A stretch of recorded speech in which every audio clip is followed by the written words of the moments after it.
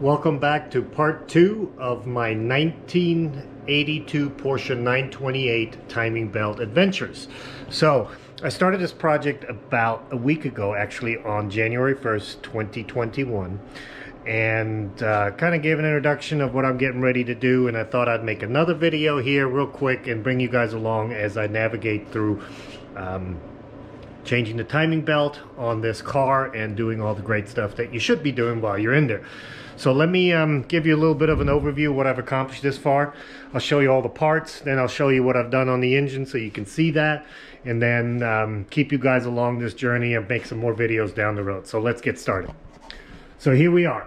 So here are some of the parts that I've taken off. I like to lay them out nicely so I know where every part is and I can remember which order to put them back. Now they're not in order that I've taken them out, but let's go over some of these parts. So here we have the air pump along with the tensioner, the OEM tensioner. As you can see, the tensioner was leaking. So what a lot of people do is they will simply buy a kit to, you know, refurbish or get this tensioner back up to par.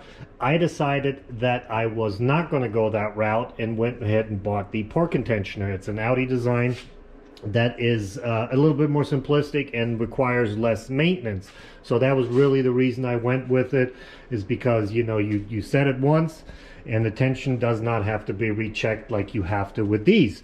So you know, it's a little bit more for the Porsche tensioner than the repair kit, but that's the route I'm going. I know there's a lot of controversy out there in regards to whether you should stick with OEM or go with the Porsche tensioner. I went the Porsche tensioner route, so I look forward to getting that all figured out and putting that on. So let's talk about some of these other parts.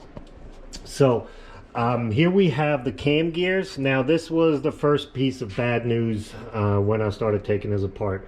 As you can see, the cam gears are worn pretty bad.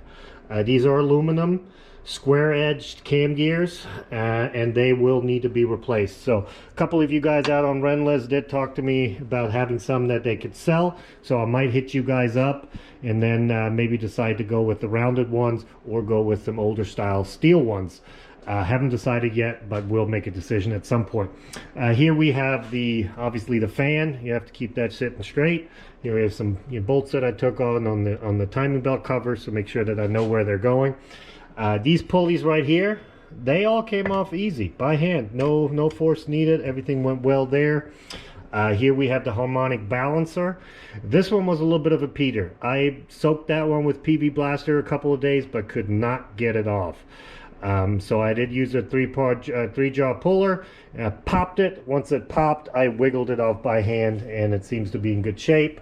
The rubber back here, the dampener still feels rubbery, and has some cracks here, but I do believe those are only from the paint. Here we have that is the oil pump gear. That one I had to use a puller on too. That one would not budge, and as you can see, it does have some wear, so we'll need to be replacing that, as well as with the crank gear, which also has some wear. That one also required me to use a two-jaw puller and pull that off with a two-jaw puller that I had to grind down a little bit to get behind it. I had to get behind this plate, and as you can see, I jacked up the rear flange on that, but luckily this part is very cheap. Now when you look at the belt is in good shape. I mean, it doesn't look bad, but it did skip one tooth, so the cam gears were actually off by one tooth. Luckily I have a non-interference motor, and that did not well, cannot or will not create any damage to the engine, so the valves won't hit the pistons. So here's some other parts, miscellaneous. You got your oil return tube, you got your dipstick, got some of the brackets here, some of the rollers that came off of I think that was connected to the to the tensioner. Here we have the alternator. I did decide just to take it out instead of propping it up. Here are all the belts. Power steering reservoir was leaking, so I just cut it off. It's a little hard for me to get to this bolt, cut off the hose. I'm going to be replacing all of those belts, I mean not belts, hoses for that along the way. The water pump seems to be in good shape, but I did already buy a new one, so I'm going to replace it. I did have a little bit of problem with this. Unfortunately, I'm really little bummed about it. Two of the bolts snapped off, and that one was going, this one right here, and I believe maybe it was this one down here. I can't remember. I have to show you on the car. They did pop off or break off, so they are sticking out of the block, and I need to figure that out. Here's just the covers. As you can see, they're all filthy. The car was filthy, oil leaking everywhere. Here's our coolant hoses, and then your fan shroud. So these are the parts that I've taken off.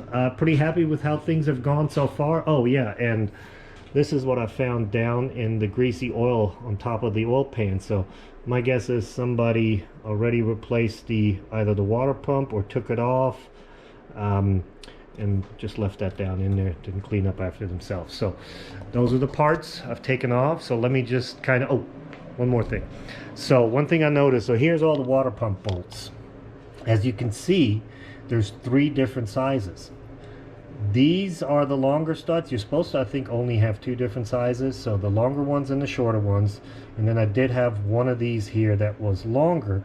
So my guess is they didn't have the right size when they put it all back together, and just used a longer one for one of the top bolts that go into the water pump. So let me show you the engine, show you what it looks like, and kind of talk a little bit about those things, and then we move on to the next chapter. So here we go.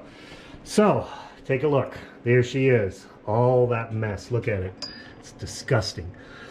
So it had lots of leaks, and let me show you a little bit of where some of those leaks are coming from. So one of the first things I did is I did build myself a little plate here to cover up this oil return tube where that goes. Just used the back of a junction box, electrical junction box, metal junction box, and just made a template, cut it out, drilled the holes, put it in there, and put a little gasket, paper gasket or fiber gasket below it to kind of seal it off. So leaks everywhere. The crankshaft seal is definitely leaking. The oil pump seal is not really leaking, but I will be replacing that. The camshaft gear seals are also look good, or they're not leaking. Both sides seem to be okay, but again, I will be replacing them. But I do have a couple of leaks here around this area. So there's a leak coming from down here. So I don't know if that's valve cover gaskets or if there's maybe behind this plate a seal. I still need to research that. So if you guys know if there's something behind this, where I can take this off and seal it up behind there to kind of get rid of those leaks. I know that I have a leak underneath the distributor, so I'm aware of the seal that you can buy there, or that O-ring that goes inside of here. We'll be replacing that. We'll be replacing or taking out the oil pump. Looking at that, there's a little ring around that outside here that I will be replacing. Again, the seal in the front will be replaced, and then just make sure that the gears in there are in good nick and good shape. Yeah, other than that, you know, real filthy down here. The water pump. So let's talk about the water pump. So here we go. Here are the 2 bolts that broke off. So this one has a little, no, it's got plenty of meat left on it, so I might be able to put 2 nuts on there, thin nuts, and like counter tighten those and maybe be able to pull that off. We'll see. And then this top one right here is not sticking out as far, so I'm going to keep blasting it. I'm going to clean it all up and still do a little bit of research on what the best way is to take these out without jacking it up, because I really don't want to screw this up. These things scare me, and I do not want to drill into here to try to, you know, pull an extraction tool in there to get those out, because that can, I don't have good experience with that.